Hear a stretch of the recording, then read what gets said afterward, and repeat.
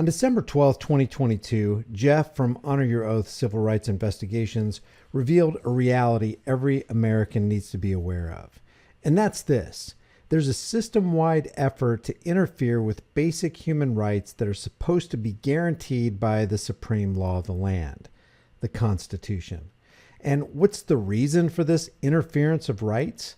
It's the same reason that always hangs in the balance: money and power. In this situation, it's probably power that even a librarian can exert over others.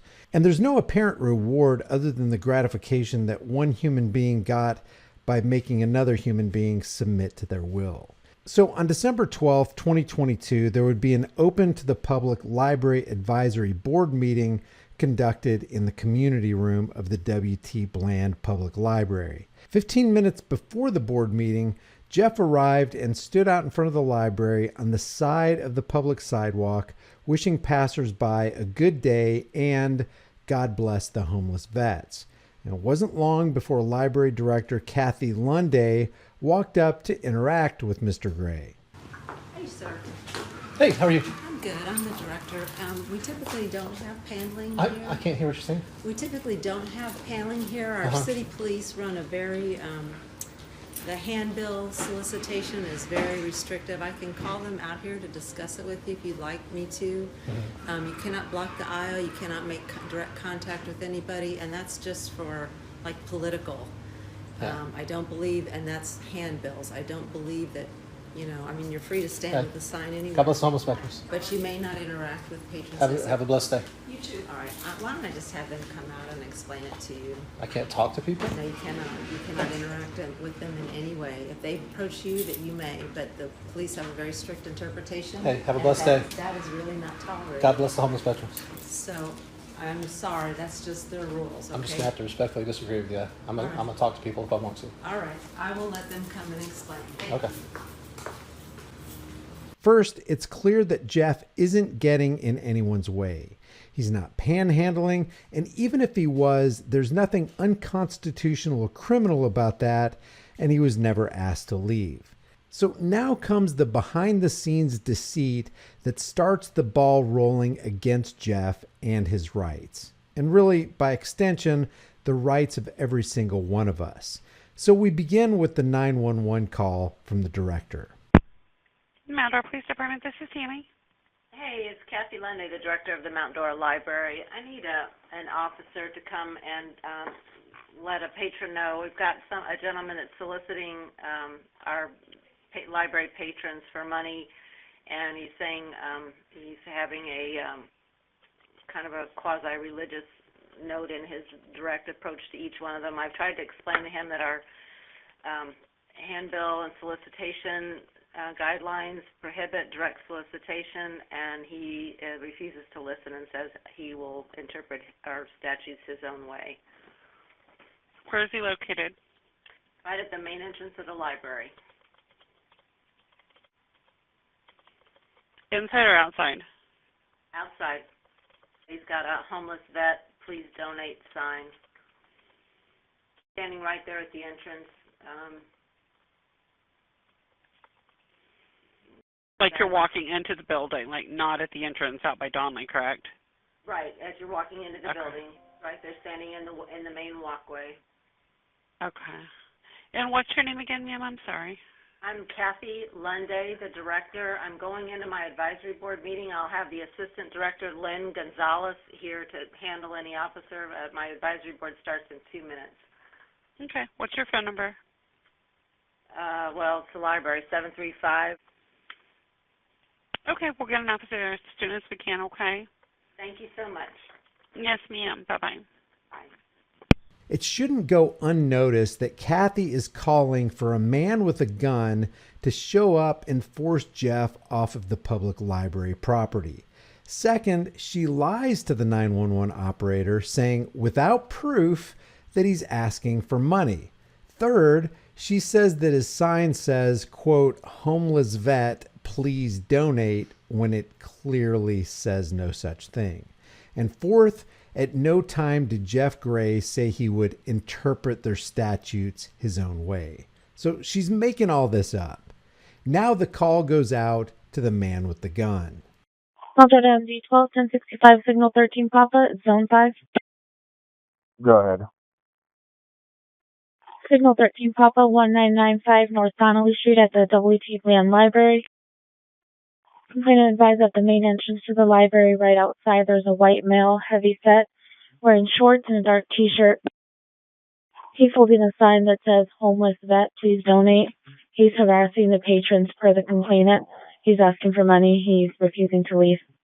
Now, as we move along the chain in this broken system, or maybe it's working exactly as it was designed, we have the 911 operator who also relays falsehood about Jeff.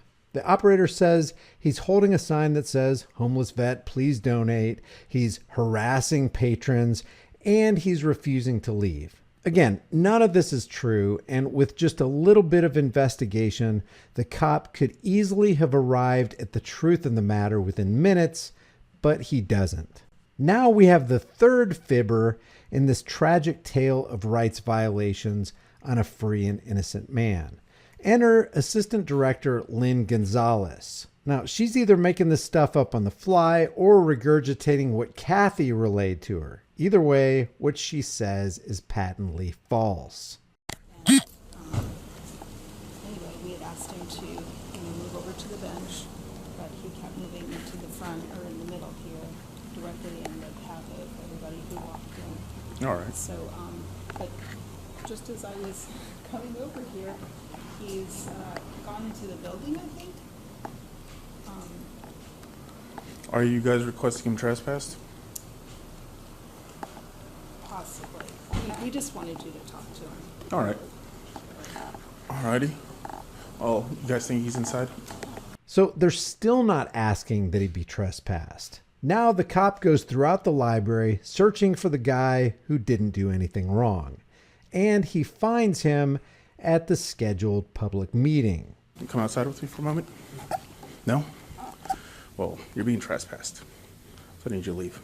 Now the cop got in on making crap up against Jeff. At no time did anyone say they wanted him trespassed. Also, at this point, the cop should have noticed that the information he was given about the sign saying, "Homeless vet, please donate," was completely wrong. It says, "God bless the homeless vets," and on the other side, panhandling is not a crime. Another trespass? Yes, sir. What? They don't want you here. You were begging for money. I need your ID first. I'm not giving you nothing. All right, then put your hands behind your back.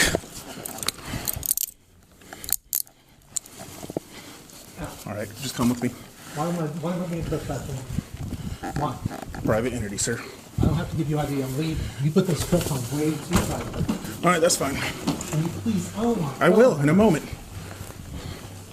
I gotta grab my other set. I'm not begging for money. I'm here to attend and report a public meeting and say God bless the homeless veterans. When you told me to leave, I was leaving. All right. I don't have to give you ID if Yes, I'm you do. leaving. No, sir. I do Lawful not. command. No, it is not. Yes, sir. Unlawful command. There's case law, Florida State, All right, Supreme Court case that's law. fine.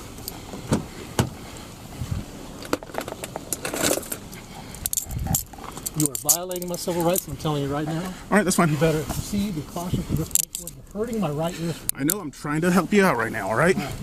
I will fix that. Don't you love that? I'm trying to help you out by violating your rights, twisting your arms behind your back, cuffing you, and threatening to cage you. That's some kind of first-class help. When I was being trespassed, I was leaving. I don't have to give you ID for trespass. All right. Well, you do. No, sir, I didn't. And whenever I told you to stop, you continued walking, disobeying another lawful command. You told me I was trespassed. I was leaving. Before then, when you were out in the hallway, sir, I need this real quick. Do you have anything on you that can poke, prick, or stick I me? answer no question. Yes, sir.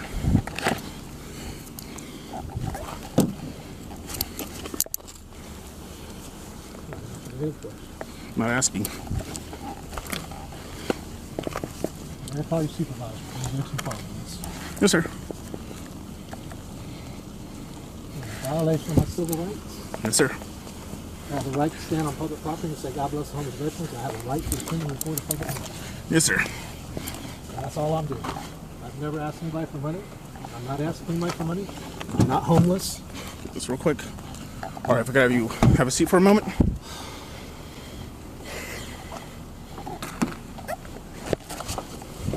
12 Mondora, 1 detained. 10, are you in the area? So now this rights violator waits for his buddy to arrive, and they have this conversation. Per Ms. Gonzalez, subject was here harassing all patrons as they were coming in. He was asked to leave. He refused. I went walk around the library, saw him in the hall. I said, hey, come over here. He disobeyed my lawful command, walked inside the room. I said, hey, man, you're being trespassed. He got up to leave, and I said, I need your identification. He said, no, I refused to identify myself. At that point, I detained him. Okay. All right. He's one of those First Amendment auditors, so I still don't have a name for him. You'd think at this point, reality would have sunk in.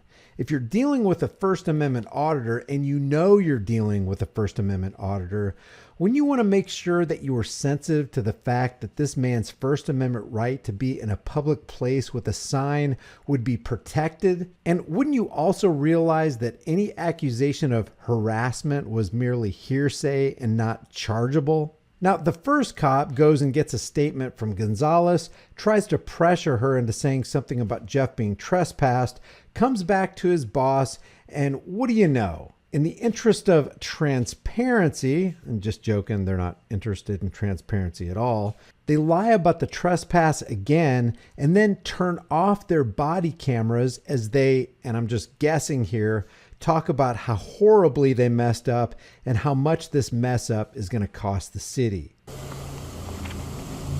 Did he identify himself to you? Yeah, he did. All right, so you arrested him for... Right now it's going to be resisting without.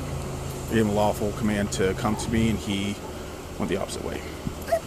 That is it. And what was the command for? To come over here. I mean, to what? To investigate what? Trespassing complaint. They did want him trespassed. Okay. And then by him not coming to you, hindered you from being able to complete the trespass? Yes, and then when I asked for his identification, he refused to identify himself to me.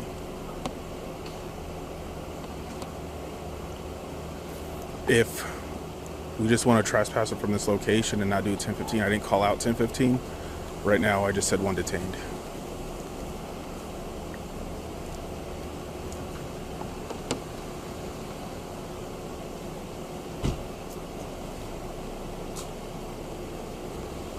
You want to set that one down? So he was up here. Their body cams come back on, and what do you know? Jeff is free to go about his business. My question is, what's the use of having body cams that cops can arbitrarily turn off at will? Do you guys think Jeff should sue the city?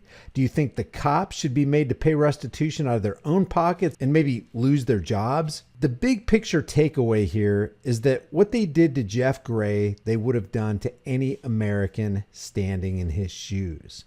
Don't give up your rights for anybody, ever. Leave your thoughts about this for the world and the global thought police in the comment section below. Subscribe to this channel, hit the bell notification icon, give it a thumbs up, share it with everybody you know, and don't forget to subscribe to my private email list through my website, highimpactflix.com, and grab a hard-hitting conversation starting design from the store that you can put on any shirt, hoodie, mug, cell phone case, whatever you want. The links are in the description. I'll see you in the next video. Subscribe for more tyranny-busting content.